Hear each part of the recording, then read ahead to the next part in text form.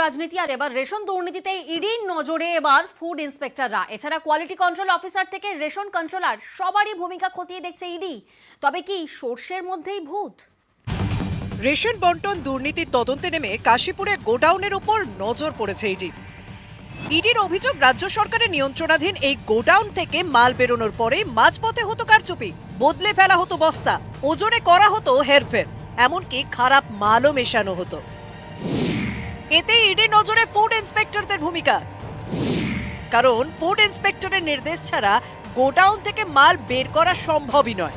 কোন গাড়িতে রেশন সামগ্রী যাবে, কোন এলাকায় যাবে, কতটা পরিমাণে যাবে, এই সবই দেখার দায়িত্ব ফুড ইন্সপেক্টরদের। কাশীপুরে গোডাউন থেকে সাধারণত রেশন সামগ্রী যায় ২ পরগনা, নদিয়া, হাওড়া এবং হুগলিতে। এই রকম নিউজ দেখতে ও শুনতে আমার চ্যানেলটিকে সাবস্ক্রাইব করুন।